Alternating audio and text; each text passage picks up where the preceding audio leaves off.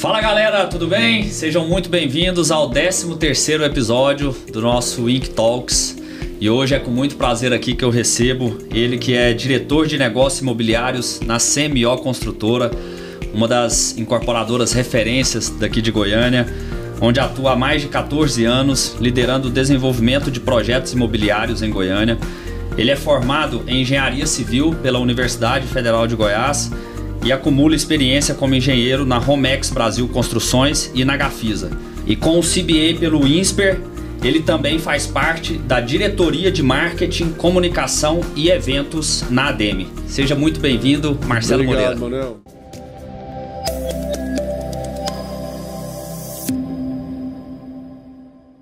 Valeu pelo convite, um prazer estar aqui participando do podcast e espero a gente poder contribuir aí nessa conversa que vai ser bem legal. Com certeza, pela experiência eu não tenho dúvida disso. Obrigado. E queria já começar falando um pouco aí sobre a sua história. Conta pra gente qual que é a sua história aí de carreira, todo esse período dentro da CMO, antes também, né? Como que é toda essa experiência sua? Cara, empresa familiar, né? Então eu até gosto muito de contar a história que eu sou o irmão mais velho da CMO. Eu tenho 38 anos e a CMO também. Só que eu sou de fevereiro e a CMO de setembro, então eu sou um pouco mais novo, um pouco mais velho, né, do que a empresa. Meu pai que fundou a empresa, né, e na época eu era criança e cresci dentro dos canteiros, né.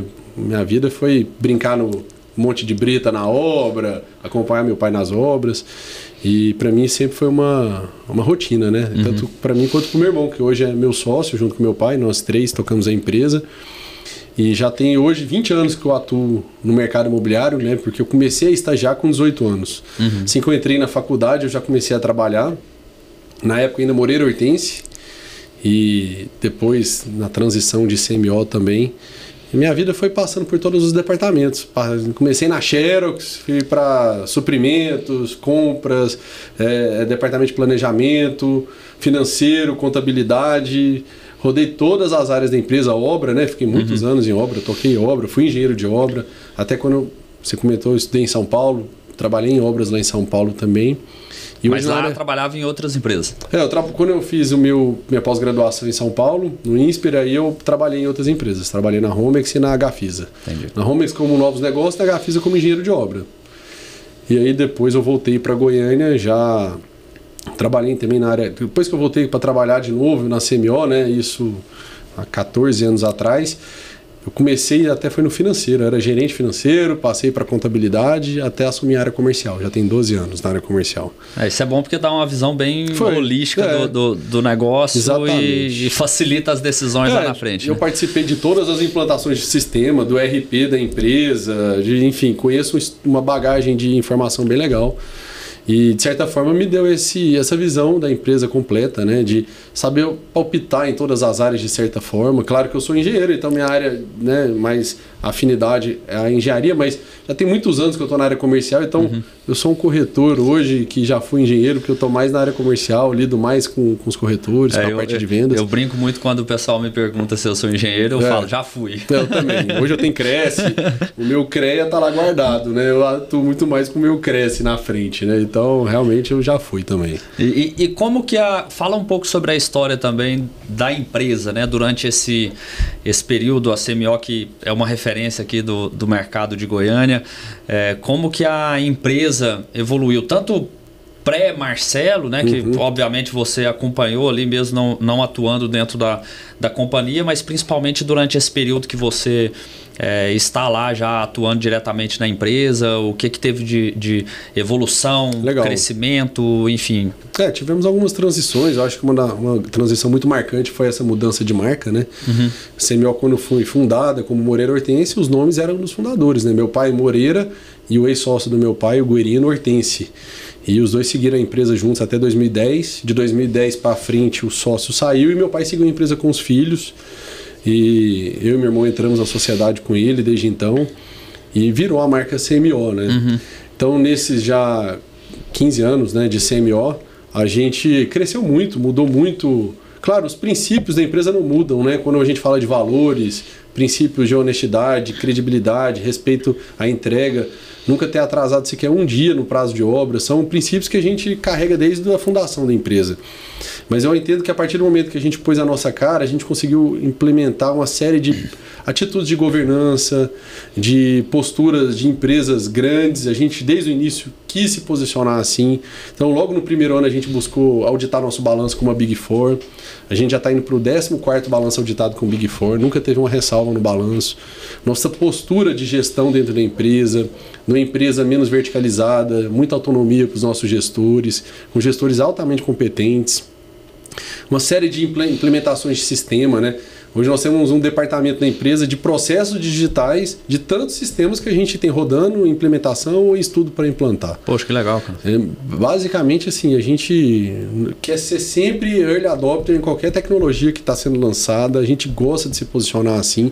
Entende que para trabalhar no mercado atual não dá para ser o segundo. A gente quer ser o primeiro em tudo que surge, né? Então, acho que são culturas e aprendizados que eu com certeza aprendi muito com meu pai, que é um visionário, é o meu grande mestre e professor, o Moacir, né, para quem não conhece, e educou a gente a pensar assim. Eu e meu irmão, a gente é muito alinhado assim nessa estratégia. Hoje eu estou na diretoria, até essa diretoria de negócios imobiliários, é a diretoria comercial da empresa, e o meu irmão é diretor técnico e financeiro da empresa. A gente divide as áreas e o Moacir, que é meu pai, fica na área geral, diretoria geral da empresa, né? Entendi. Então hoje a estrutura basicamente, além do seu pai ali, né, diretor-geral. Diretor-geral, é você e o seu irmão dividindo. Diretor são só nós três. A empresa em duas estruturas. Exato. E aí a cadeia disso desce nesse racional bem enxuto mesmo. A gente até estava conversando um pouco aqui antes e falando sobre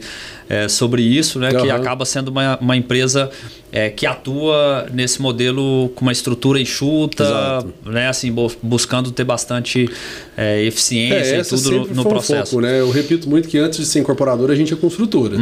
E nós somos uma empresa de engenharia. Nós três somos engenheiros, a gente preza pela engenharia em tudo que a gente faz, seja áreas não correlatas à área de obras. Então a gente tem planejamento, a gente tem orçamento para tudo que faz, a gente trabalha com prazos em tudo. E isso quando a gente fala que não atrasa prazo de obra, mas é porque tem muito planejamento por trás, né? E para ter planejamento você tem que ter uma estrutura enxuta. Então, claro que isso não significa sobrecarregar a equipe. Se você for lá na CMO depois das 18, não tem ninguém trabalhando. Sábado nem abre o escritório. As pessoas trabalham dentro na carga horária normal, mas é uma estrutura enxuta que sabe operar dessa forma. A gente não dá passo maior do que a gente não dá conta. Provavelmente com muito processo também. Muito processo. Nós somos uma empresa que a ISO roda. Né? A gente não tem ISO para tirar a certificação. Se você for lá hoje, tá lá, funcionando a ISO. Chega a época de auditoria externa, ninguém desespera, porque o processo corre na empresa. Né? Então, isso nos permite ter um custo de obra mais competitivo, ter uma empresa menor, né, em quantidade de profissionais. Hoje a gente não tem 500 funcionários na empresa inteira, né? Isso somando obra, né? Somando obra. E basicamente toda mão de obra própria, né? A gente dificilmente ultrapassa ali mais de 10% de terceirizados na empresa, né? Então a gente tem ali em torno de 190. Então você vê que não é tanta gente para um volume de canteiro. A gente está sempre rodando ali entre 5 e 6 canteiros. Já chegamos até mais. Já tivemos pico de 12 canteiros na empresa. Atualmente a gente gira em torno de 5 a 6, 7. Fica oscilando um pouco. Então, menos de 100 funcionários por canteiro, né? Ainda mais considerando escritório. É uma empresa que eu considero assim, na mão, né? A gente sabe. E também nos permite visitar a obra todo dia. Não passa uma semana que meu pai e meu irmão, que são os diretores técnicos, né? Estão na frente da obra, não visitam todas as obras. Eu entendo o desafio de ser grande, mas a gente não quer. A gente quer ter esse tamanho de empresa, que a gente visita a obra, sabe o que está acontecendo, consegue fazer uma gestão financeira mais inteligente também. Nós vamos explorar um pouco mais esse ponto daqui a pouco, que eu quero entender um pouco mais dessa cabeça de vocês. Mas você comentou sobre essa transição da Moreira Hortense para a CMO. Como que foi esse processo? De onde surgiu? Né? Muito provavelmente teve aí influência da saída do sócio, que carregava o sobrenome, mas certamente é um processo que tem que ter muito cuidado por trás para você mudar uma marca que já tinha, se vocês estão com 38 anos, né? Já tem aí uns 15 anos, então mais da metade de vida, né? Da vida atual da empresa, teve numa outra marca. Como que foi esse trabalho e quais cuidados que vocês tiveram ali por trás para poder construir toda essa transição? É natural que passa por uma comunicação transparente na época, né? E a gente teve esse cuidado para comunicar todos os players que tinham algum contato, sejam os bancos que, né, tinham empréstimos com a gente, colaboradores, fornecedores, clientes, uma comunicação publicitária bem feita. Demorou muito tempo para o nome pegar também. É natural que CMO é a sigla de Construtora Moreira Hortência, né? Então a transição também fazia sentido. E assim, até hoje, quando você faz o Poplist, que é a principal pesquisa de mindshare aqui de Goiás, a gente está lá, entre os 5 mais lembrados, já tem mais de 10 anos. E sempre falo, Moreira Hortência, aparece. Então, a gente sabe que isso faz parte da história, a gente não tem nada a esconder, a gente tem muito orgulho da marca, mas enfim, é uma gestão diferente de lá para cá, e foi um planejamento, né? Exigiu um investimento também, né? De publicidade, jingle de rádio, anúncio de jornal na época, né? Uma outra época de publicidade também. Mas, enfim, acho que já pegou o nome. Também eu brinco que é muito mais fácil escrever no topo do prédio CMO, né? Um nome mais enxuto, você coloca mais fácil o nome. O mercado imobiliário trabalha muito com sigla, né? Tem muita empresa que é sigla, né? Eu falo que eu nem sei se é o melhor nome ou não, mas eu sou muito acostumado com CMO, falo todos os dias da minha vida e hoje eu sou apaixonado no nome. Mas tem nomes que têm algum significado e outros não. Então acho que ficou uma sigla mesmo. Legal. E é bom porque pegou uma era em que tinha essa... né, assim, a gente vive um momento no marketing, no posicionamento, em tudo do short name, né? Aqueles nomes mais curtos. Sim. Você vê, por exemplo, uma Riachuelo, que todo mundo, obviamente, continua pronunciando Riachuelo, mas na hora de posicionar a marca, busca fazer uma contração ali na identidade visual. Enfim, então o momento também casou muito com esse momento em que o marketing tem essa mudança de posicionamento, essa forma de comunicar várias diferente. Várias empresas estão encurtando o nome hoje em dia, né? Isso é bem legal. Eu acho que foram épocas, né? O mercado, a publicidade tem disso, né? De tendência, né? De estar tendência. Mas enfim, é um nome que a gente já está hoje super acostumado, já temos domínios de um cuidado grande, né? Sempre olhar se tem domínio de site, todos os domínios já são todos nossos, para aprendizados, né? Mas é isso. Então, hoje nós já temos a CMO Construtora, CMO Vendas, a incorporadora e construtora já não existe assim separado, é tudo junto, mas as marcas estão com a gente. Está bem posicionado. Está bem posicionado.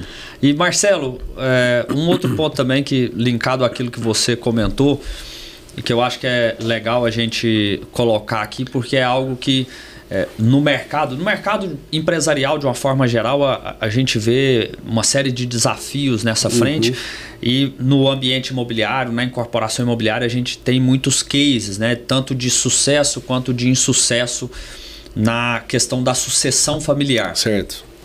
Falando de sucessão familiar, o que foram esses desafios que vocês tiveram? Teve uma mudança com a saída de um sócio, a entrada dos filhos na direção, na gestão da empresa.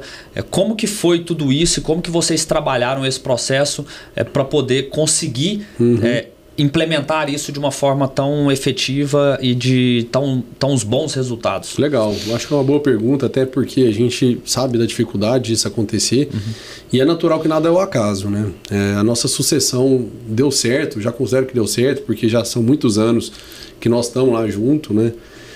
Com certeza, mérito total do meu pai, que nos preparou para isso, né? Sempre incentivou muito o estudo. Eu e meu irmão somos engenheiros, então ele sempre nos motivou a estudar em escolas boas. Eu sou formado na UFG, meu irmão é formado na USP. Nós dois fizemos pós-graduação, algumas, eu fiz 2, né? Eu fiz uma em gestão de empresas e outra em contabilidade. Meu irmão, se não me engano, tem 3 ou 4 pós-graduações, ele até avançou mais. Acho que é o primeiro passo, estudar. Segundo, relacionamento, né? Então, trabalhar com família não é fácil. Existe um desgaste, ainda mais quando muito próximo, rotina. Na época eu comecei a trabalhar com eles, eu morava com meu pai ainda, eu nem morava sozinho, então chegava em casa, continuava, né? Então existia... Almoço de domingo. Cara, a gente só falava de trabalho, então exigiu aí uma paciência de todos, né? Uma adaptação também, com certeza, e muito respeito, né? Meu pai é um profissional, assim, maravilhoso e com uma visão de negócio absurda, de dar sempre muita liberdade, nunca foi centralizador, sempre nos deu muita liberdade de tomar as nossas decisões, da gente ter voz dentro do negócio.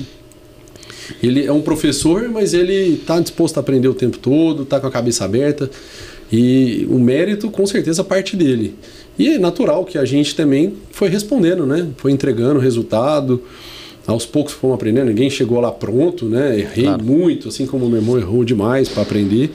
Mas a gente foi se formando e colocando a nossa cara no negócio. Nós não somos iguais, né? Cada um de nós pensa diferente, tem uma personalidade, mas muito trabalhador.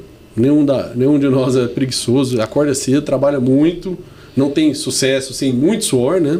Acho que isso é o principal. E a gente está aí nessa transição ainda, né? Eu acho que meu pai não vai parar de trabalhar nunca, ele vai trabalhar até não aguentar mais mesmo, ele é muito novo. Então, acho que tem muita... Tá com quantos anos? 67. Ah, tá novo. Tem muita gasolina ainda para queimar.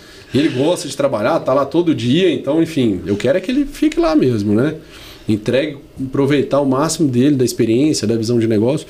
E a gente hoje muito mais também, não só executivo, porque nós somos diretores que trabalham, que não é só estratégico, a gente tem papel executivo na empresa, mas também aproveitar ele nessa visão estratégica, de novos negócios, de planejamento futuro.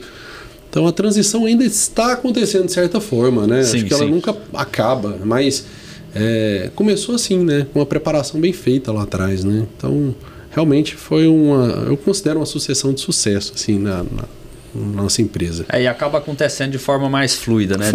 Com toda essa estruturação que você colocou, né? Existiram, mas nada que em algum momento, né, estremeceu. A gente hoje super se respeita. Nós temos reuniões só nossas, com ata, tem vários momentos só nossos, inclusive com agenda. Então, não é porque a gente é família que o negócio é assim, pega para conversar a qualquer momento. A gente evita falar de trabalho em almoço de domingo, até as esposas, né, que já são minha mãe, minha esposa, minha cunhada, elas mesmas pedem pra gente nem ficar falando de trabalho. Então a gente tenta evitar mesmo, porque acho que já fica a semana toda junto. Claro, né? Claro. E é bacana, acho que hoje a nossa família roda bem mesmo trabalhando junto. Estrutura saudável. Legal. E um outro ponto com relação à empresa, né? Assim, como eu falei, a CMO é uma empresa referência aqui no nosso mercado. Quais são os pilares desse destaque que fazem a empresa ser esse destaque, um dos destaques aqui do mercado de Goiânia? O que sustenta tudo isso? Legal. Acho que toda empresa, para ter um sucesso, primeiro é entender o que você é bom, né? Entender o core de cada empresa. Algumas empresas demoram muito para chegar nesse autoconhecimento, né? Pra gente também foi assim, a gente demorou alguns anos, né, até amadurecer. Tava falando isso com outro incorporador, muito amigo meu outro dia, eu falei, cara, tem coisa que só o tempo ensina. Às vezes no início a gente fica dando tiro para tudo quanto é lado, tentando entender para onde vai, e natural que com os anos você amadurece, né? E acho que a CMO amadureceu ao ponto de entender aquilo que a gente é bom, onde a gente consegue ser competitivo. E isso hoje nos dá um poder de negociação, um poder de desenvolver projetos, de se posicionar, que a gente se diferencia. Então, eu entendo que hoje a CMO é muito competitiva em custo, em operação, em produtos bem desenvolvidos, em áreas super bem negociadas, com força de venda, com marca forte. Foi uma construção de pilares que faz chegar no sucesso, né? Nunca é uma coisa que é o motivo de um sucesso, né? Então, a gente entende que são todos aqueles pilares de um grande negócio: respeito ao cliente, respeito ao colaborador, corretores, que são um braço importantíssimo para nós. E aí, enfim, o sucesso nunca é um motivo só, né? Eu aprendi isso em São Paulo, que é o MPC, né? É um montão de pequenas coisas que fazem o sucesso acontecer. É difícil listar todas, mas acho que, enfim, tentei sintetizar um pouco aqui o amadurecimento de marca que a gente tem hoje e a construção, né? A gente completou agora 11 mil unidades entregues, né? Todas em Goiânia. É muito apartamento, né? E aí, quando você olha para trás, essa quantidade de gente que já morou, que mora em um CMO, carrega uma lembrança de marca, já teve contato com a gente em algum momento da vida, A indicação é, assim, disparado o nosso principal motivo de venda. E não é indicação só de cliente, mas indicação de pessoas que trabalharam com a gente. Ó, que legal. Né? Tipo assim, compra dos caras que eles são bons, né? Não atrasa a obra, a qualidade é boa, você vai ter um bom preço na negociação, o projeto não tem pênalti. Então a gente carrega uma série de qualidades que a indicação faz muito sentido, né? Não é só do morador, né?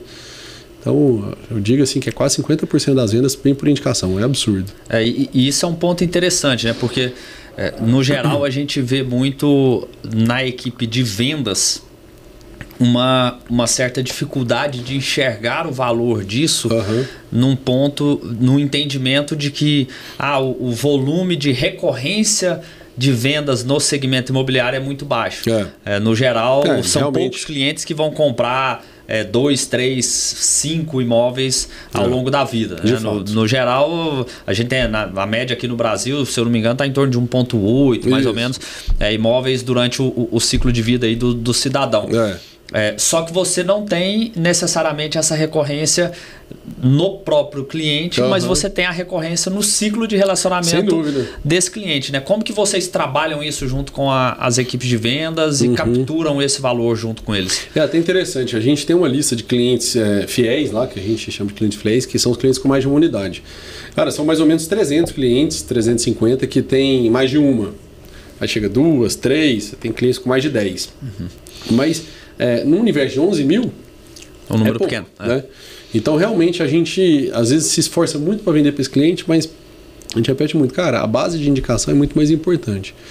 Então, é natural que hoje a gente tenha uma lista de comunicação com clientes da base, recebem informações exclusivas, a comunicação com eles é diferente. Nós estamos lançando uma plataforma esse ano que vai ser fantástica, uma plataforma. Nós temos vários logins, como todas as empresas, né? O cliente vira cliente, você ganha lá um login para acessar a ficha financeira do empreendimento. Aí a gente tinha um login para acessar a plataforma de assistência técnica. E aí o cara entra também no site da empresa para ver o acompanhamento de obra. É a aba mais acessada. Tem cliente que entra todo mês para ver. Que legal. Quer ver?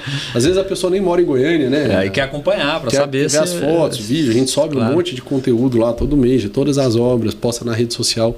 A gente está unificando tudo numa plataforma só. E o cliente vai ter lá a ficha financeira, que é boleto, segunda via, extrato, declaração de imposto de renda, por aí vai. Vai ter o espaço da assistência técnica num login só, já simplifica. Ele vai ter também lá as informações da obra e ainda vai ter também um canal comercial para indicação. Então, antes ficava muito na base do e-mail marketing, WhatsApp, que aí era, né, um inbound, né? A gente provocando e tal. E a gente vai tentar agora numa estratégia mais ativa, assim, deixando o cliente vir na gente, quem sabe, eu acho que vai trazer muita conversão, porque a gente ouve do cliente falar, cara, eu queria ter indicado vocês, mas aí eu não vi onde que eu indicava. Esses dias teve um cliente que reclamou isso, que teve um lançamento e ele não recebeu a informação, de certo caiu no spam dele, ou ninguém mandou o e-mail, e aí não ficou sabendo do lançamento, né? Então, passa muita venda também sem... A gente não acerta tudo, né? Então, mas a base, o percentual da indicação é absurdo. É difícil saber, né? Você perguntar para o cliente, às vezes ele não fala depois que tinha um amigo, um parente que falou bem. Mas vocês chegam a fazer campanha, alguma coisa direcionada especificamente para isso? Pois não. Basicamente e-mail marketing, WhatsApp e às vezes alguma lista fria dentro da empresa, mas é claro que lista fria hoje com o LGPD depende da autorização do cliente, então não é mais aquela lista fria de antigamente, é uma lista fria autorizada, então não é tão simples, né? Então... Não, vai depender dessa nova plataforma que a gente aposta que vai ser uma estratégia bem legal. Mas, show, tomara que dê certo. Tô otimista. Até o fim do ano eu espero que ela já esteja rodando aí. Tá. Marcelo, um outro ponto. A gente vê que hoje a CMO, para a gente que acompanha bem aí o mercado, né, acompanha os produtos, tem até projetos de clientes que a gente acaba sendo concorrente ali em alguns empreendimentos. A gente vê que a empresa ela tem uma atuação muito bem segmentada, muito bem definida em termos de qual nicho de mercado que ela vai atuar, quais regiões que ela vai atuar, faixa de produto, faixa de preço. A gente sabe que muitas vezes é tentador, né? Você pensar, mas vou lançar um altíssimo padrão aqui no Marista, vou lançar um altíssimo padrão ali em frente o Vaca Brava. Como que a empresa lidar com tudo isso e como que é direcionar um foco tão grande assim num segmento específico ou numa faixa, num nicho de atuação específico? Entendi. Eu acho que aquela resposta que eu dei até falei mais cedo, entender naquilo que você é bom, né? Acho que, enfim, tem algumas empresas que têm um perfil de atuar mais pulverizado, que vai do econômico, médio, alto padrão e consegue ali se posicionar. A gente tem sim uma linha de produto mais econômica, até atuamos no Minha Casa Minha Vida, já fomos mais fortes, podemos até voltar, estamos cogitando voltar com alguma força no Minha Casa Minha Vida pelo momento, né? Que está muito bacana, mas a gente é muito bom ali no médio, né? A gente beira o alto em alguns bairros, e não necessariamente porque você está num bairro caro que você tem que fazer um produto altíssimo padrão, subir muito a régua do produto. Você pode adequar o produto ao bairro. Eu tenho área no Marista para lançar, eu tenho área de nascente de frente para o parque para lançar. Então são áreas que caberiam tranquilamente uma metragem grande, com um produto assinado. Mas aí entra o que você é bom e o que não é sua estratégia, né? O nosso posicionamento como empresa hoje, não faz sentido eu mudar uma estratégia para um produto. Por uma oportunidade de um negócio. Entendi. É natural que eu nego a área também, porque a gente fala, cara, a área é maravilhosa, mas eu vou ter que fazer um produto que não é o nosso perfil. Então hoje a gente, por estar muito segmentado no médio, libera um pouquinho alto em alguns produtos, a gente não foge do nosso core, né? Agora, uma estratégia para mim que é muito clara é pulverização de bairro, né? Essa, assim, dificilmente a gente compra mais de 2 áreas no mesmo bairro, né? Então, quando eu já estou com 2, eu paro. Aí eu já penso no próximo. Porque isso, sim, para mim é uma estratégia inteligente. Você não concentrar risco em bairro. Bairros têm momentos, né? Sim, claro. Às vezes todo mundo lança no Bueno de uma vez. E aí você fala, opa, vou segurar esse lançamento, vou lançar outro. Se você tem oportunidade em outra região, fica fácil, né? Exato. Hoje eu tenho um land bank para 3 anos para lançar, então eu estou chegando num momento que eu sempre sonhei como empresa, que é ter projeto aprovado na prateleira e decidir qual que eu vou lançar. Esse é o melhor dos mundos para nós, né? Estou chegando nesse momento, na verdade. Ainda não estou com os projetos aprovados, não, mas já estão em aprovação, desenvolvimento. Então, eu acho que é uma estratégia que a gente trabalhou para conquistar ela, né? E aí isso nos dá poder. Um dos grandes segredos, você sabe, de lançamento é o timing, acertar o timing do lançamento. Você lança sozinho, pega um momento que está todo mundo ofertando um bairro, você lança num bairro diferente. E não só, assim, às vezes a metragem ajuda, mas pode ser até mesmo a metragem. Mas só de diferenciar bairro, você já consegue pegar um nicho de bairro. Esse ano mesmo vocês tiveram um exemplo grande de sucesso disso no Parque Amazônia. Pois é, cara. O Flora foi uma surpresa muito positiva, né? Vendeu praticamente tudo, chegou a vender tudo no dia, aí depois algumas unidades está 95%, mas foi um estrondo de venda, né? Foram 200 apartamentos no sábado. E você vê que o Parque Amazônia não é um bairro pouco ofertado. E nem de velocidade de vendas alta no geral, né? Exatamente, já teve momentos de dificuldade no Parque Amazônia. A gente mesmo teve, o último lançamento nosso, foi uma velocidade de venda bem média. A gente demorou a arrancar, foi atingir 50% depois de um ano. O prédio entregou com unidade, que foi o Solar. Solar Amazônia. Aí o Flora veio e vende tudo. Eu acho que foi uma união de fatores, né? Pegou um time que ninguém estava lançando, pegou um produto com um preço competitivo, um projeto redondo, que não tinha pênalti. A gente conseguiu arrematar o projeto para ter preço. Ele foi desenhado para ter aquele preço. Enfim, mercado, acho que união de fatores aí ajuda muito. Né? E hoje, Goiânia, a gente acaba passando pelo desafio quando você fala em timing de mercado, não é nem só o timing do próprio produto em si, mas a concorrência frente à força de vendas com outros lançamentos que muitas vezes podem nem ser concorrente do seu produto, né? Mas às vezes você está ali com outros lançamentos e disputando a atenção dessa força de vendas. O fato de você lançar num mês que praticamente só você lançou ali, isso facilita muito o resultado e tudo nessa gestão de timing. Não foi 100% planejado, a gente não esperava que isso acontecer, mas a situação nos ajudou. Né? Mas quando você entra no viés que você colocou, que é de antecipar esse fluxo de aprovação de projetos e começar a ter projetos em estoque, vamos colocar assim, na sua prateleira para serem lançados, fica muito mais fácil você fazer essa estratégia e usar dessa gestão, né? Eu aposto que aquele momento lá todo mundo queria estar lançando, mas por algum motivo segurou.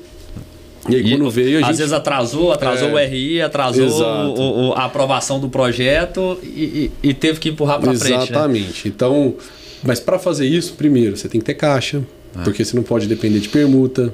Se você compra uma área permutada, você tem prazo com permutante. E ter essa estratégia mais segmentada também facilita nesse processo, né? Porque senão você fica, à medida que você vai fazendo produto à mercê do momento, trabalhar de forma antecipada fica mais difícil. Também. E também, assim, uma estratégia que eu brinco que a CMO foi pioneira nisso. Se você olhar para trás, a gente sempre se posicionou pioneiro nesse aspecto que eu vou falar, que foi um desenvolvimento de produto nosso, de diversificar metragens dentro do mesmo empreendimento. Goiânia, até então, todo mundo fazia uma metragem só. Chegava num prédio, todos os apartamentos eram iguais. A gente começou a posicionar o produto com 2 metragens. Botava 2 e 3 quartos. O 3 quartos não vai vender porque tem 2 quartos no meio. Cara, a gente foi lá e peitou.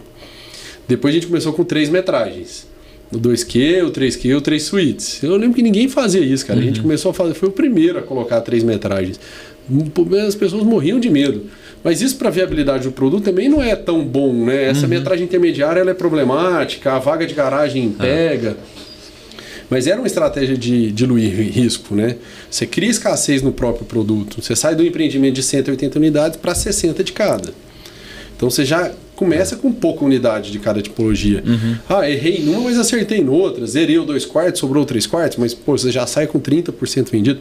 Então, foi a primeira. E agora a gente caminha para 4 tipologias, né? Então, um empreendimento aí que 250 de cada, ou até menos, né? Então, dilui bastante o risco. Dilui bastante, né? Então, acho que essas decisões de desenvolvimento de projeto, é super difícil. Um detalhe que a gente nunca foi de verticalizar demais, mesmo no plano anterior, que não tinha limitador de coeficiente, acho que não teve nenhum projeto nosso que passou de 8 vezes o terreno. Interessante. Nenhum. Acho que chegou, sei lá, um 8.1, assim, foi o máximo que a gente fez. Mas a maioria era abaixo de 8, 7.9, 7.8. Enquanto o mercado fazendo 10 vezes. Mas qual que era o racional disso por trás? Era custo de obra ou era volume de oferta? Não, custo de obra. A gente teve um case super legal na CMO, foi até um empreendimento lá no Negrão de Lima, que nós lançamos um empreendimento e 6 meses depois já lançou um na frente dele. Eram os 2 condomínios com 3 torres, o projeto idêntico, que eram todos apartamentos de 76. E a diferença de 6 meses, a obra correu junta, só que um prédio tinha 25 andares e o outro 17. Um com 3 torres, 300 unidades, e o outro com 17, 204 unidades. As obras entregaram quase simultaneamente, 6 meses de diferença, então não teve muita diferença do custo de obra. Quando a gente apurou o lucro das obras, o lucro absoluto foi igual. Eu falei, cara, assim, um prédio tem 100 unidades a menos, a gente teve o mesmo lucro. Aí foi ver o custo. O custo da fundação mais caro, custo de elevadores mais caro, instalações elétricas mais caro, porque, enfim, né, as coisas vão ficando mais caras, né? Não é proporcional, é exponencial na hora que você sobe o prédio. E aí entra o discurso de fazer prédio alto, né, que a gente nunca gostou. Quando você sobe o prédio, você só atende o permutante da área, que muitas vezes cobra ali um índice em si. Antigamente tinha isso, né, porque agora tem um limitador, mas ele queria X do empreendimento, era 10%, 12%, mas tinha que ter um limite de unidades. Então você só faz um prédio alto para atender o permutante, o dono da área. O incorporador, para ele não é vantagem.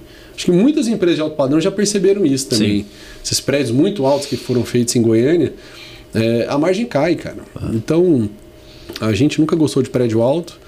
E aí, enfim, acho que as coisas são consequências de decisões, né? Agora tá todo mundo fazendo prédio baixo, né? O mercado foi obrigado a fazer. Agora tem 7,5, limite, né?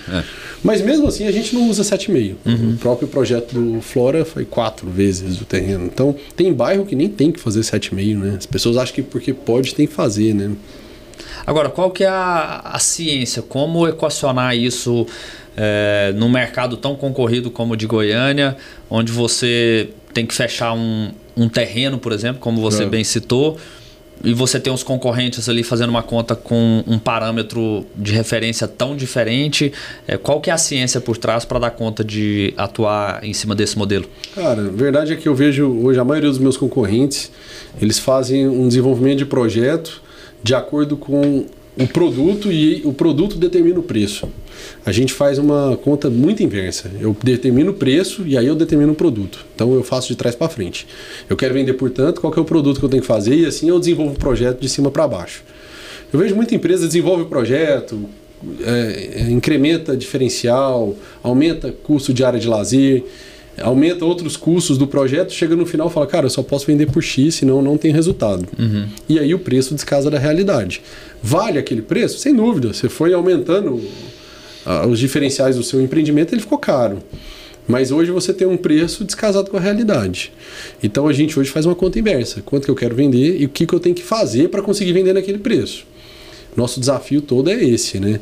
Então o tempo todo a gente está desenvolvendo projeto pensando no preço final, não no produto que eu quero fazer. Claro que tem que ter os mínimos de qualidade, a gente também não faz qualquer produto, né? A gente tem o nosso padrão de qualidade, o que a gente entrega, a gente sabe o que a gente é capaz de fazer.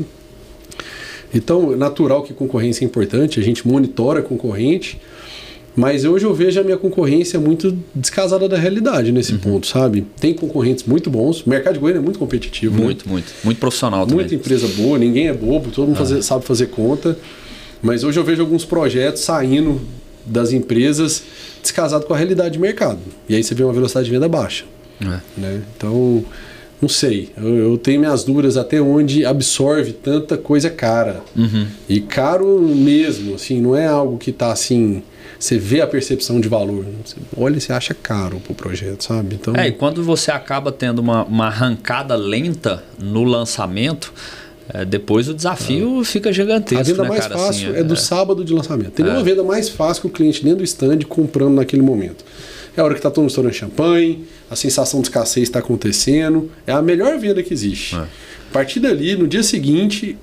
cai na realidade. Aí vem o desafio. Né? Então, a venda vai ser muito mais difícil no dia seguinte. Então, claro que tem que ter uma qualidade, tem que olhar uma documentação saudável, não vai pôr qualquer um para dentro, mas é a venda mais fácil. A gente gasta 50%, 60% da verba para aquele dia. Né? Então, é a hora de aproveitar. A panela de pressão é a melhor estratégia. Eu sou fã de dia D, adoro dia D. Eu gosto também, cara, eu gosto. E... já fiz sei lá quantos lançamentos da minha vida, muitos, né? Muitos anos aí fazendo lançamento em formato de dia D.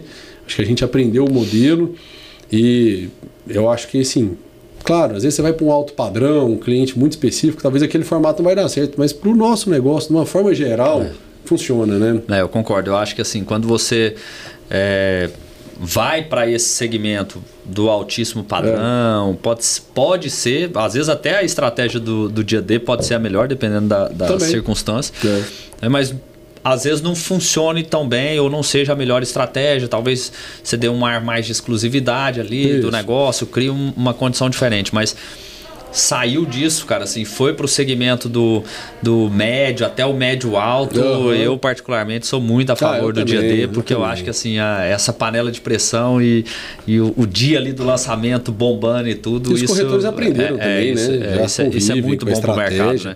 E pro corretor, eu acho que também assim, é um esforço de venda que, poxa, a gente sabe que a vida do corretor não é fácil, né?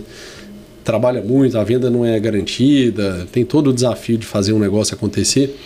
Mas ele vai para o dia do lançamento, se ele tiver com o cliente preparado para comprar, ele sabe que a venda vai sair, né? Hoje a gente roda contrato no dia, o cliente compra e assina no dia, assina contrato digital. Eu não deixo virar o sábado com contrato pendente. Sim, da minha parte, né? Às vezes o cliente não assina, mas ele compra sábado de manhã, no máximo até de tarde o contrato está no e-mail dele. No e-mail, né? Então a gente monta uma operação de guerra lá na CMO. Assim, todos os departamentos compartilham os colaboradores para ajudar, a gente monta uma estrutura bem grande mesmo. Então, vários grupos rodando contrato, a gente roda ali, o último lançamento foram 200 contratos rodados no fim de semana, né? Eu chego segunda-feira sem nenhuma pendência de contrato. Isso é muito bom, né? Para nós foi um know-how adquirido ao longo dos anos. Todo lançamento a gente dá uma melhoradinha. Ajusta um pouquinho, dá uma melhorada no processo. Porque é um baita desafio, né? Demais. Assim, é um baita desafio porque é um operacional bem intenso, né? Foram 200 esse último, né? Poxa, para rodar 200, passou lá no stand quantas pessoas, né? Entre clientes e corretores, mais de 1.000 pessoas, né? Sim. Então, foi um dia, assim, de muito trabalho. E vai pro stand, eu, meu pai e meu irmão. Nós três ficamos lá dentro do stand, junto com a equipe. Todas as propostas a gente que aprova, passam todas na minha mão, a gente fica lá com a equipe o tempo todo, eu saio do stand 10, 11 da noite, porque a gente está em cima. Não é porque não confia, mas é porque a gente quer estar na operação. Claro, cara. Né? E é gostoso, né? É assim, bom demais. Pra quem cara, gosta ainda mais desse... no lançamento que vendeu tudo. Você já se esforçou tanto antes, agora no dia D ali, você não vai estar ali. Né? Eu gosto de estar lá junto, de participar. A gente dá a nossa decisão ali na hora. Se precisa de uma aprovação, que você deu uma coisa, não tem que pedir. A gente está lá na hora, resolve. Né? Então, meu pai faz questão de ficar lá o tempo todo também. Agora, qual que é a diferença dessa atuação nesse segmento médio? Você falou que vocês estão até querendo fortalecer um pouco mais, aí de repente estão analisando, né? Fortalecer um pouco mais a atuação no econômico, dentro do Minha Casa Minha Vida. O que você atribui aí de principais diferenças dessas atuações nos dois segmentos? Cara, até legal. Eu fiz uma apresentação num evento esses dias falando sobre Minha Casa Minha Vida e exatamente sobre as oportunidades que o mercado tem, né? Hoje o Minha Casa Minha Vida é um mercado infinito, né? Sim. A gente pode dizer que a demanda de quando Minha Casa Minha Vida foi criada, acho que em 2009, para hoje é a mesma. O déficit, assim, 7 milhões, se eu não me engano. É o mesmo déficit. Então, assim, não mudou nada, né? Então, é absurdo, é uma demanda infinita. A gente não consegue produzir a quantidade de apartamentos que é crescimento populacional anual. Então, existe muito espaço. Até digo que a concorrência não existe, porque cabe todo mundo. Quem quiser atuar, você não vai ter alguém brigando igual tem no médio alto, né? Que existe uma concorrência. Eu particularmente acho que aqui em Goiânia, até estava conversando com a Carol da Vega aqui na semana passada e falei com ela, na semana passada, o episódio saiu na semana passada, né? Uns dias atrás a gente conversou aqui e eu falei, Carol, a minha visão é que aqui em Goiânia, comparado com outras regiões que eu conheço e que já monitorei mercado e tudo, aqui tem uma demanda não atendida nesse segmento do econômico, né? Ano passado, a visão que eu tenho olhei a pesquisa, menos de 2 mil unidades vendidas em Goiânia. Sim, São Paulo foi 50, 60 mil. Me falaram esse dado, eu não tenho a fonte, mas que o déficit de Minha Casa Minha Vida em Goiânia é em torno de 60 mil unidades. Então, assim, vendeu 2 mil ano passado. A demanda é muito grande. Mas o Minha Casa Minha Vida, o segmento econômico, com assim, o programa, primeiro que é uma gestão de engenharia, né? Engenharia é tudo dentro do projeto, né? Cada metro de fio faz diferença, é um projeto que tem que ser muito planejado, a repetição faz muito sentido, então o volume ajuda na conta também. A empresa ela tem que retroalimentar o processo dela constantemente, tem que utilizar fornecedor, projetista, a conta não permite erro, né? Então, é tipo aquelas obras chinesas que você fica ali 3, 4 anos planejando para executar em 10 meses o prédio, né? A gente, até então, participando do Grupo Eldorado, em Minha Casa Minha Vida, a gente executou muita obra lá no Minha Casa Minha Vida. Acabamos de entregar um empreendimento fantástico, que foram 3 torres, 360 unidades em 14 meses. De fundação à chave. Você vê, olha, 14 meses de produção muito rápido. Estrutura convencional, sem usar forma de concreto ou bloco estruturado, que poderia até reduzir esse prazo. Eu tive no evento da 100 Maiores em São Paulo e quem sentou comigo na mesa era praticamente incorporador de Minha Casa Minha Vida. Os caras trabalhando com forma de concreto, executando um prédio de 14 andares em 10 meses. De fundação à entrega, né? Então, assim, o Minha Casa Minha Vida tem disso, né? Não só Minha Casa Minha Vida, todos os segmentos o prazo é importante para o custo, mas para o Minha Casa Minha Vida, se você pega a curva ABC, os custos mais caros, né? Mão de obra, elevador, concreto, aço, praticamente são esse, e custo financeiro. São 5. O financeiro não entra no custo de obra, mas ele é um custo indireto, mas vamos incorporar ele para considerar. Se você tem desses itens, se você pegar mão de obra e custo financeiro, a cada mês, ainda mais o custo administrativo da obra, a cada um mês a mais de obra é um mês a mais de juros correndo e um mês a mais de administração correndo. Então, a obra rápida, para Minha Casa Minha Vida, você consegue fechar o preço, dá lucro, mas tem que ser uma empresa de engenharia. Não dá para terceirizar, não tem espaço, né? Mas é absurdo, tem demanda demais, né? Eu também acredito muito nisso. Agora, como casar essa estratégia de acelerar e encurtar a obra com a necessidade de prazo do cliente no fluxo de pagamento? da unidade? Então, acaba que o fluxo do cliente não tem muito o que fazer, né? Hoje a gente demanda aí pelo menos 3 anos, 36 a 40 meses de fluxo, né? Dificilmente você lança um prédio aí com menos de 30. Tem algumas empresas fazendo, eu acho um pouco complicado, porque pesa muito nos balões, o cliente ele precisa de um fôlego de pagamento. Eu acho no mínimo 3 anos, né? Aí no Minha Casa Minha Vida você não pode ficar 3 anos fazendo uma obra. Aí sim, é um planejamento, uma conversa, explicar para o cliente que você vai levar 1 ano, 1 ano e meio para começar a obra. Entendi. Você dá esse prazo na fase de início da obra. Você empurra o início da obra lá para frente. Porque não é bom terminar a obra muito antes também, sim, né? Claro. Você fica com a obra fechada e aí... E o cliente também não quita. E aí, assim, um apartamento fechado, mesmo que, beleza, tá lá fechado, mas ele pode começar a dar patologia, não tem ninguém morando, aí quando você vê uma fissura vira uma trinca grande, essas coisas tem que ter alguém lá vivendo, né?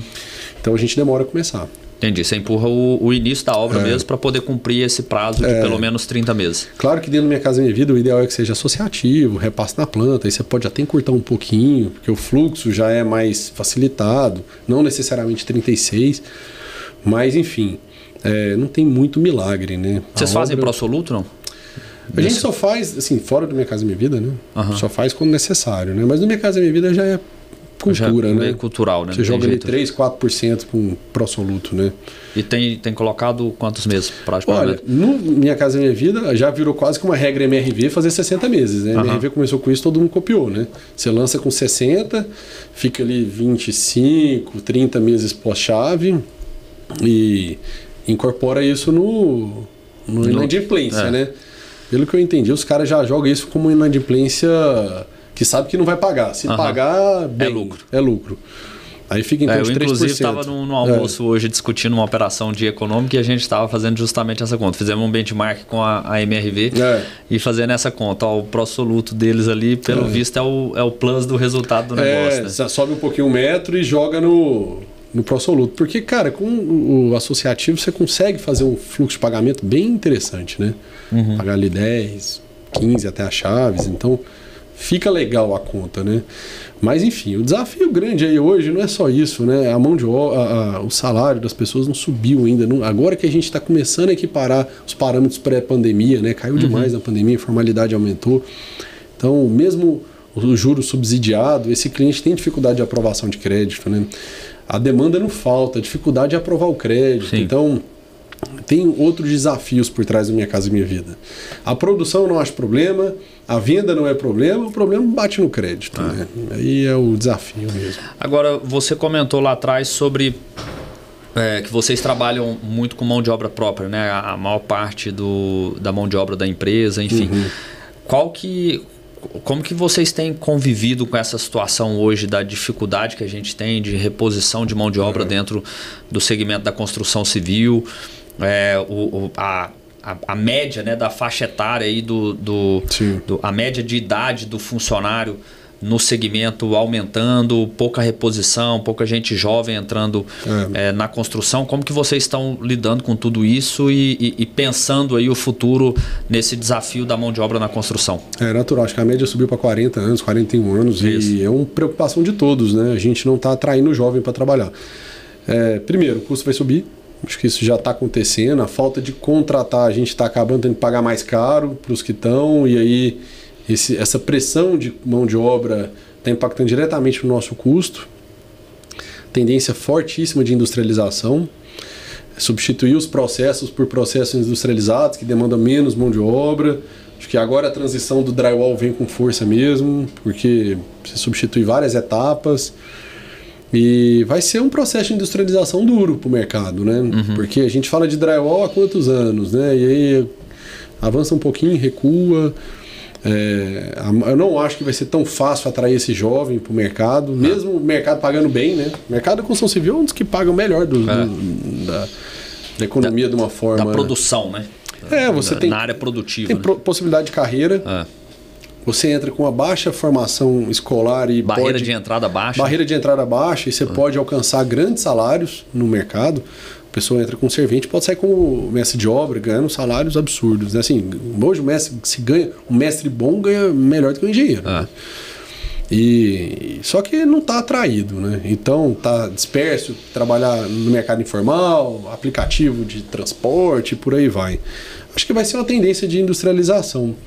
Mas não é tão simples falar assim, a gente vai industrializar, mas demanda de uma indústria desenvolvida que a gente não tem no Brasil.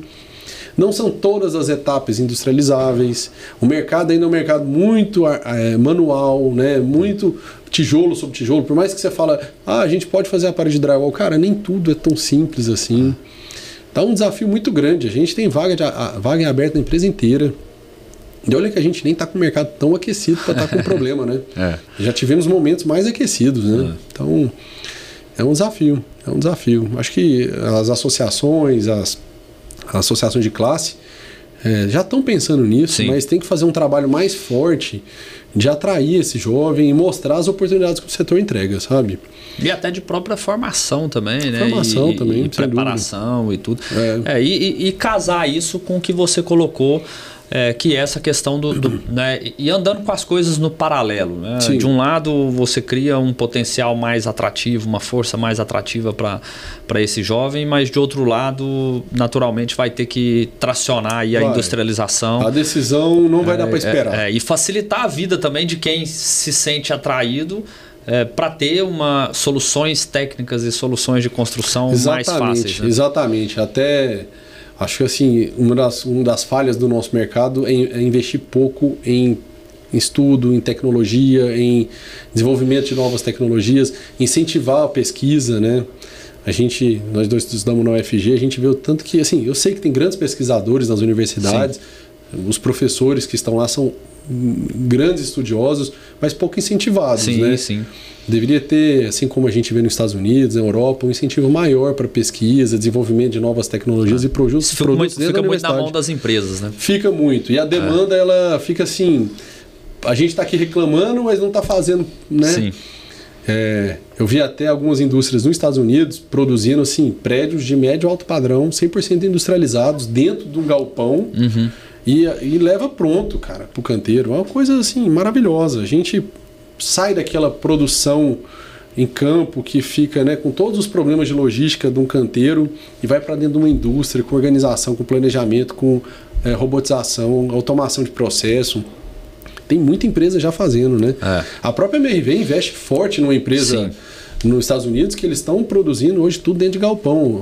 Só que eu acho que é casa. Não sei se é apartamento. Eu acho que eles fazem apartamento também. Né? É um braço deles que atua lá, né? É impressionante. Os caras saem assim com a cozinha montada. E olha que isso é antigo, tá? Só que nesse volume de produção que eles estão fazendo lá, eu fiquei impressionado. Eu tive acho que até já comentei isso aqui no outro episódio. Eu tive em 2016, estive lá em Los Angeles num curso lá de Real Estate na Universidade do Sul da Califórnia. Até o Razu que estava lá junto comigo, foi ele que me convidou inclusive. E aí a gente foi para lá e tivemos visita de campo. Para poder visitar uma obra da universidade na época. E, cara, era esse sistema aí, esse formato com tudo lá como se fosse um Lego, assim. Tudo chegava pronto na obra, só encaixando ali as peças nos devidos lugares. E eu lembro que a gente até fez uma pergunta pro professor, que era um dos gestores lá da própria obra, né? E a gente questionou, falou, mas aqui o furo tá com um diâmetro igual da tubulação aqui praticamente, né? Já chega aqui encaixando. E se chegar na medida errada? Ele falou, não tem o se. Vai chegar na medida certa e vai ser encaixado aqui da forma correta, porque isso, o negócio já é feito para isso, não é feito para dar errado, é feito para dar certo. Então, Aí o canteiro vira um canteiro de logística, né? Você trabalha com várias gruas e é um canteiro de, igual você falou, montagem de Lego. Fantástico isso, né? Aí eu acho que consegue ganhar alguma escala. Mas tem a parte cultural, tem a parte de fornecedor. A gente vê que até para uma estrutura de bloco de estrutural, que é coisa assim super antiga, tem problema com o fornecedor para entregar bloco, imagina, né? Você começar a discutir uma industrialização os nossos desafios são enormes, né, cara? Assim, mas, assim, vamos... assim, fazendo o nosso trabalho e buscando a forma com que o setor evolua aí a cada ano. É um desafio de formar a equipe, né? Eu acho que aí a empresa, quando ela vai tendo tempo de mercado, você monta a equipe, você não pode perder a equipe, né? Os colaboradores, funcionários de obra que estão com a gente estão há muitos anos. Então ele pensa duas vezes antes de sair, porque, cara, ele está na empresa, ele sabe o jeito que a gente trabalha, a nossa linha de produção, ele tem uma produtividade alta, porque a gente permite ele ter essa produtividade com logística de canteiro, com gestão de materiais na obra. A gente não deixa faltar material. Hoje a gente trabalha com grua em todas as nossas obras, fora elevadores, que às vezes algumas obras até com 2 elevadores. Então o funcionário, ele entende que ele tem uma produtividade capaz de entregar um salário mais alto para ele. Então a equipe vai ficando, porque ela consegue ter uma produção alta, né? Aí a gente vê que às vezes uma empresa que incha demais, a gente falou isso antes de começar, e depois murcha, fica ali naquele sanfona, vivendo muito o ciclo do mercado. Exato, aí você perde a equipe, depois você montar a equipe de novo. Hoje um grande desafio do mercado é montar a equipe. Então você não pode faltar produção, por isso que tem que lançar sempre, seja na crise ou no boom, tem que estar lançando. Hoje perder uma equipe de produção, seja de carpinteiro, equipe de parede, equipe de piso, é muito complicado formar de novo. Você não acha no mercado. Então a gente morre de medo de parar a produção. Muitas vezes, às vezes dá uma falha entre um começo e um outro. A gente coloca 2 equipes numa obra só, a obra produz pra caramba naquele mês, porque tá lá com o dobro de equipe. A gente dá um jeito de entregar material para esses caras trabalhar, para não parar com medo de perder os caras, né? Já pensando na próxima obra. Então é por isso que a gente lança. Olha, eu entreguei prédio na pandemia, entreguei prédio no impeachment, lancei prédio em momentos assim horríveis no mercado, mas é claro, aí você também pega uns bons momentos. Claro. Quando você tá sempre lançando, você pega bons momentos. Né? Então... A gente até brincou aqui antes, você colocou um ponto interessante, né? De 2 uma, ou eu vou estar lançando na crise, ou eu vou estar entregando na crise, né? Ou eu vou estar lançando no boom, ou eu vou estar entregando no boom. Então, acaba que né, o mercado é cíclico, a economia é cíclica e vocês né, assim, tem aí a estratégia de manter esse ritmo. Agora, o que é volume? O que é número de projetos, VGV, que vocês costumam calibrar aí a operação de vocês? A gente lança em média de 2 por ano, entrega 2 por ano. Então, é o nosso padrão aí já há muito tempo. Acaba, esse ano talvez lança 3, mas enfim. Aí teve hoje esse VGV está representando 250 a 300 milhões por ano de lançamento e de venda. Então a gente mais ou menos lança o que a gente vende por ano e tem caminhado assim. Cada projeto de 180 a 200 unidades, não muda muito também. Isso por projeto, né? Por projeto. Entendi. Por projeto. Então é o que a gente tem conseguido. Fazendo 2 lançamentos por ano, a gente sempre vai ter 6 obras. O ciclo de obra é de 24 meses, você tem ali 12 meses dividido entre antes e pós-lançamento, você vai ver, vai dar 6 obras. Né? É o nosso planejamento que roda bem a empresa. Também a gente não quer ser muito maior que isso, sabe? Como eu falei, a gente já teve 12 canteiros. Nessa época a gente era o maior de Goiânia. Cara, foi foram anos desafiadores. Que ano que era ali? 2012. Entendi. A gente teve 12 canteiros. 1.000 e tantos funcionários. Cara, foi legal, foi um momento de aprendizado, mas foi um dos momentos mais difíceis da empresa, de planejamento de obra. As obras tudo estouraram o custo, pegou um boom de mercado também. A gente entende que no momento a gente não quer ser desse tamanho mais. Talvez até 8 iria, talvez, se for necessário, mas a gente não quer muito passar essa barreira de 8 canteiros. Ficar entre 6 e 8 é o tamanho que a gente gosta ali. Que é o que a nossa empresa faz bem, dá conta de tocar sem crescer muito a estrutura administrativa também, né?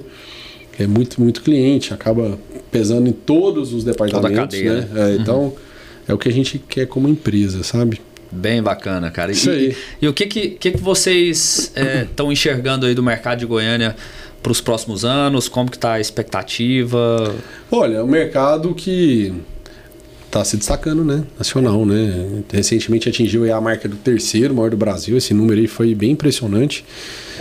Acredito que vai se manter ali entre as primeiras sempre. Pode oscilar um pouco, mas Goiânia, enfim, é uma cidade que se destaca nacionalmente em diversos aspectos. Qualidade de vida, segurança, desenvolvimento industrial, setor de serviço muito forte. É uma região do agro que a gente não precisa repetir, todo mundo conhece a importância para a nossa cidade. Mas uma coisa que eu gosto muito de Goiânia é que é uma cidade que tem espaço para crescer, né? Apesar de parecer que tem muito prédio em construção, Goiânia é uma cidade muito horizontal. E eu vejo muitas oportunidades. Ou com frequência, se a gente tem vontade de sair de Goiânia, e por enquanto não. Acho que não faz sentido eu pensar em outra cidade com grandes oportunidades aqui, né? E deixar espaço dentro da cidade. Então, acho que ainda tem muita oportunidade, tem muito bairro que não foi explorado. Goiânia não é só Bueno e Marista, então, assim, tem bairro demais legal para construir, bairro com a nossa cara. E, enfim, tem que saber se posicionar para não ser mais do mesmo, né? Aí só ser o mesmo produto sempre, você vai achar que a cidade é um bairro, né? Uhum. E a gente vê que não é bem assim, né? Tem muitas oportunidades na cidade e eu acredito que a cidade vai crescer muito. A gente depende muito de políticas públicas, né, para crescer, né? A cidade não vai para frente sem uma boa gestão. Sim. Já tiveram políticos que passaram, deixaram uma marca.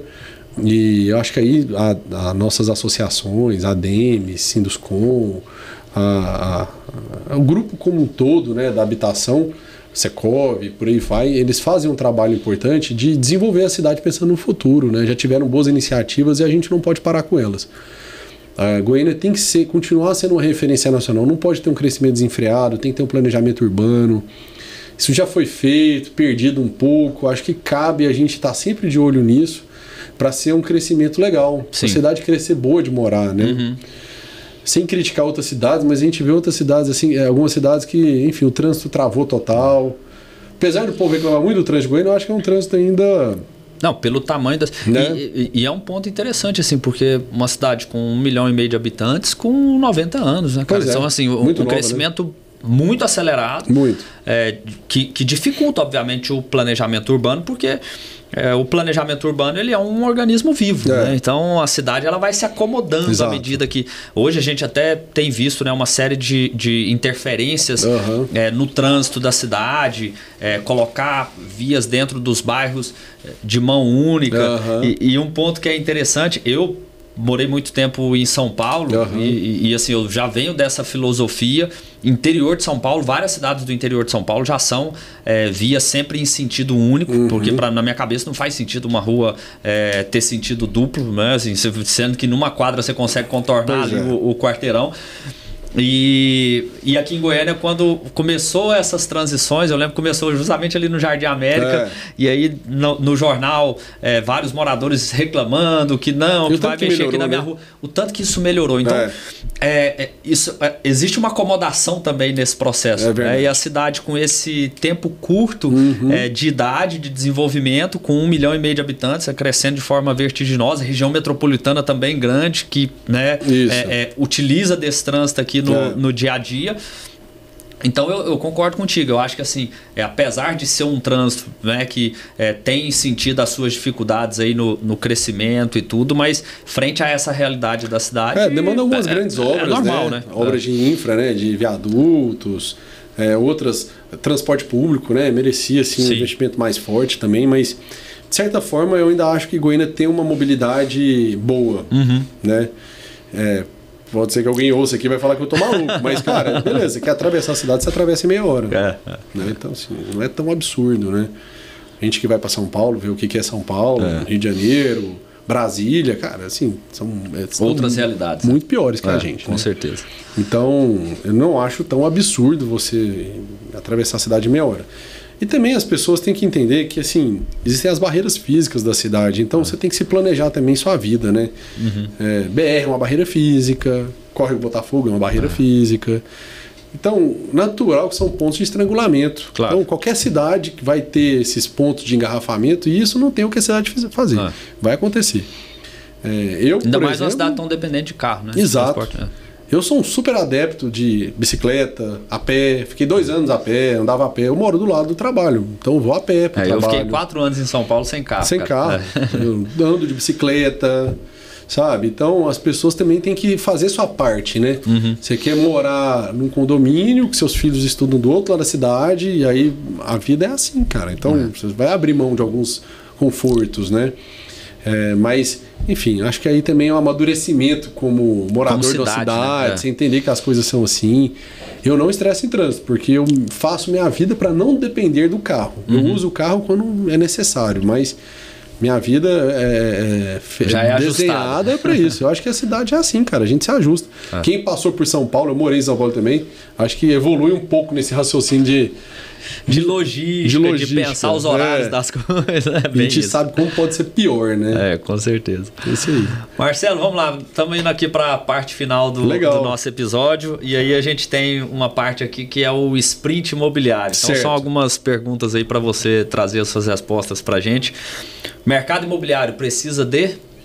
Cara, vou falar assim, até vou falar uma coisa que é ruim falar isso, mas precisa de gente boa, né? Em todas as áreas. Acho que o mercado, ele tem muita gente boa, assim, profissional sério. E aí você vai na área de venda, na área de gestão. E as pessoas têm boa vontade, mas talvez estudar mais, se aprimorar, sabe? O mercado precisa de saltos de profissionalização, né? A gente vê o mercado de venda, que é a minha área mais direta, assim, os corretores. Tem alguns corretores bem diferenciados no mercado. Sim. Que entenderam como funciona a regra, que estuda. Se modernizaram. Modernizou, sabe usar rede social. Deram um salto de produção, né? Corretores que vendem recorrentemente. Então esses bons exemplos têm que servir para puxar todo mundo para cima, né? Ainda mais a gente acabou de falar, no momento de dificuldade de contratação, a gente vai ter que ter mais produção com o que a gente tem, né? Então acho que aumentar assim, a qualificação das pessoas como um todo, sabe? E não é só estudar, sentar a bunda na cadeira, mas ler um bom livro, participar de mini cursos, ir em palestras. Tem que buscar a qualificação, né? E colocar em prática, né? É lógico. E o que você mudaria no setor se você tivesse um superpoder? Cara, assim, bom, a gente depende de vários aspectos no mercado, né? Mas já que algumas coisas eu não domino, eu mudaria isso. Eu acho que talvez o poder público, né? Acho que o poder público, de uma forma geral, entregar mais pra gente, né?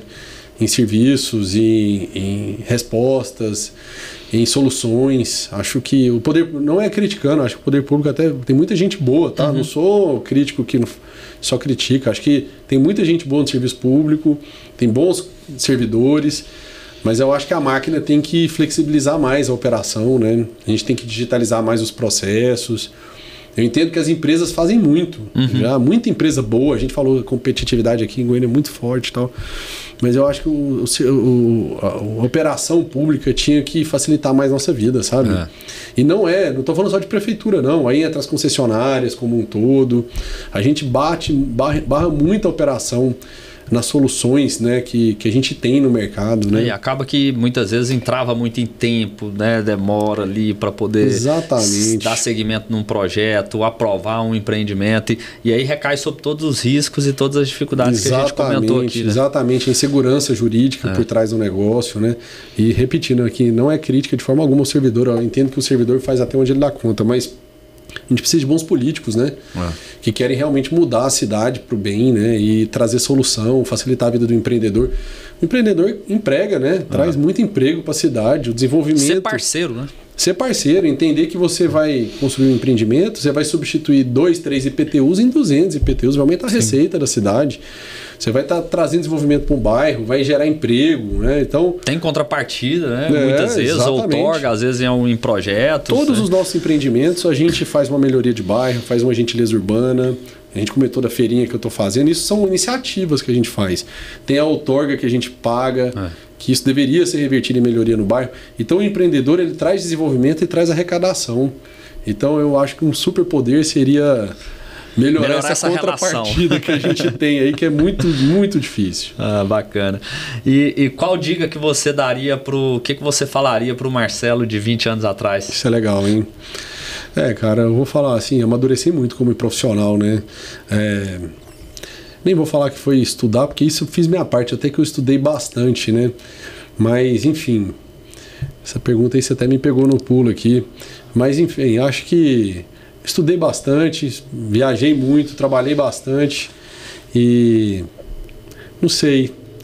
Boa pergunta essa. Deixa eu responder ela daqui a pouco. Vou pensar numa resposta. 20 anos atrás. 20 anos atrás eu estava com 18 anos, começando a CMO, né?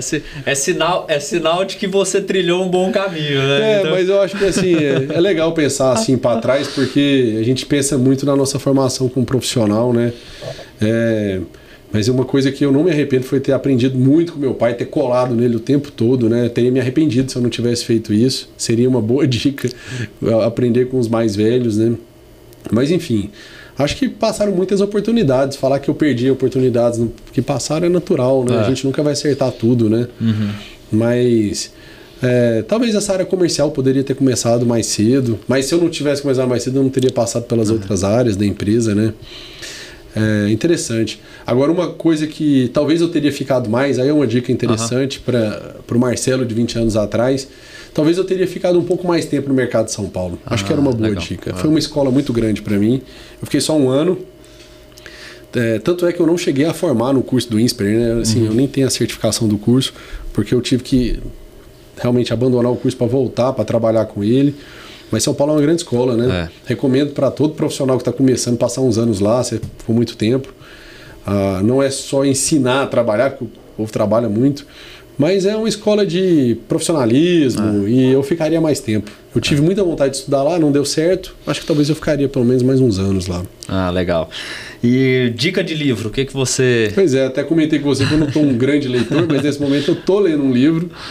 O livro, até anotei o livro para não esquecer o nome, Trilha da Governança Estratégica, escrita pelo Ronaldo Guedes da Aluri. Ronaldo que é nosso consultor. E eu estou lendo esse livro, a gente está fazendo a cumbuca dele lá na empresa, que uma implantação de gestão estratégica na empresa, com princípios básicos que a gente às vezes aprende e esquece. E está sendo muito legal ler o livro para aplicar. Para lembrar, a gente está tendo uma troca de experiência muito legal lá na empresa, orientada por ele. E é o livro que eu estou lendo no momento. Então eu indicaria ele, o livro do Ronaldo, meu amigo. Muito legal. Não sei se tem para vender, mas falar com ele da Lura, eu tenho certeza que ele até encaminha o livro, porque ele é um cara muito bacana. Que show, cara. E pra gente finalizar, qual que é a dica que você deixa aí para quem está nos acompanhando aí, ouvindo, assistindo? Legal. Dica para o pessoal do nosso mercado? Legal.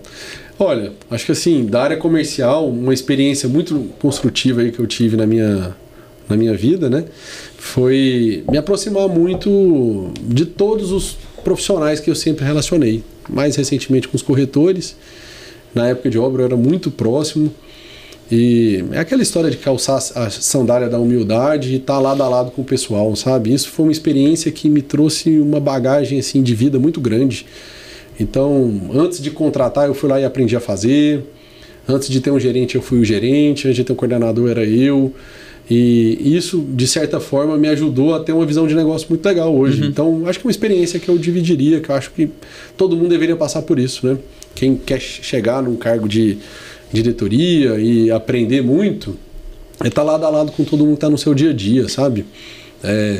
Cara, treinei provavelmente todos os corretores de Goiânia ao longo da minha vida, e isso me deu uma experiência de visão da profissão do corretor, de conhecer o pessoal, de criar amizade, de colher frutos dessa amizade hoje de várias formas, né?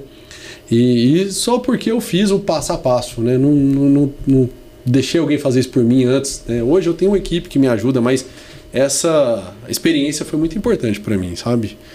E em especial na área comercial, mas eu fazia isso também na época da obra, né? Então comecei como estagiário, ficava dentro da obra. Já ia aprendendo durante esse processo.